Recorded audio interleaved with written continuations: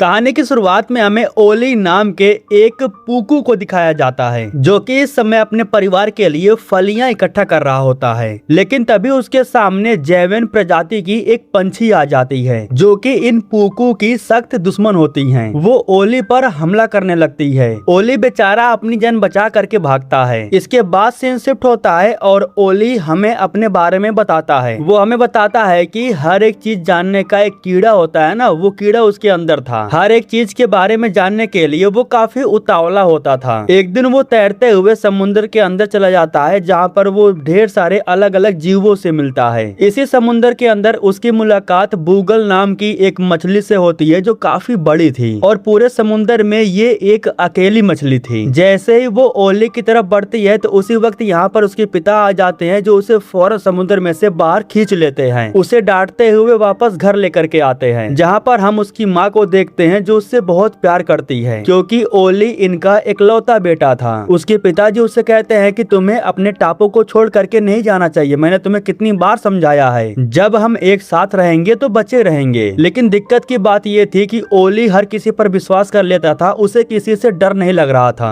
इसलिए उसके पिताजी उसे कहते हैं कि तुम्हें वो वाली कहानी सुनानी पड़ेगी। उस कहानी को सुनने के बाद तुम कभी भी जंगल में खुलेआम नहीं घूमोगे। उसी समय यहाँ पर ओली की दादी माँ आ जाती है, जो ओली को वो कहानी सुनाती हैं। वो बताती हैं कि आज से कई साल पहले इस जंगल के सारे जानवर मिलजुल करके रहते थे, लेकिन फिर अचानक से न जाने कहां से इस जंगल में भेड़िए आ गए। वो यहाँ पर शांति से रहने के लिए नहीं आए थे, बल्कि सारे जानवरों पर अपना रोब झाड़ने आए थे। आए दिन वो जानवरों पर हमला करके उन्हें खा करके अपना पेट भरते थे, जिसकी वजह से सारे जानवरों में डर पैदा हो गया। हर जानवर जंगल में छुप करके रहने लगा। लेकिन फिर अचानक से इस जंगल में एंट्री होती है महान जू की, जो इतने विशाल थे कि उनके अंदर ही एक बड़ा सा जंगल समाया हुआ था। उन्होंने इस जंगल के सारे जानवरों को चमकती हुई कलियां दी। इन कलियों में असीम शक्तियां थी। इस कली की वजह से सारे जानवर अपना रूप बदल सकते थे। सारे जानवर अपना अलग अलग रूप लेने लगे। एक बार फिर से इन सारे जानवरों के अंदर से डर निकल जाता है और अब एक बार फिर से सारे जानवर मिलजुल करके साथ में रहने लगे। लेकिन जब इस चीज के बारे में जंगल के भेड़िए को पता चला तो उससे रहा नहीं गया। बदला लेने के लिए एक कली का इस्तेमाल करके वो भस्मासुर बन गया। वो पहले से कहीं ज्यादा खतरनाक बन गया था। उसने सबसे पहले हमारे महान जू पर हमला किया। एक एक करके उसने अकेले ही हमारे 4 महान जू को मार डाला और जो बचे हुए जू थे उसने उन सब को डरा धमका करके यहाँ से भगा दिया। वो इस जंगल के अंदर दोबारा ना आ सके, इसलिए वो पहाड़ी को तोड़ दिया। पहाड़ टूटने के बाद एक बड़ा सा बांध बन गया। जंगल के अंदर जिस रास्ते से पानी आ रहा था वो बंद हो गया। इस तरीके से भस्मासुर वापस से जानवरों पर राज करने लगा और वो आज भी जंगलों में घूमता है और हमारे जैसों का शिकार करता है। खैर, ओली को कहानी पूरी सुना तो दी जाती है, लेकिन उसे कुछ खास फर्क नहीं पड़ता। वो डरता नहीं है। वो कहता है कि अरे यार, ये कोई कहानी है, इस कहानी से भला कौन डरेगा।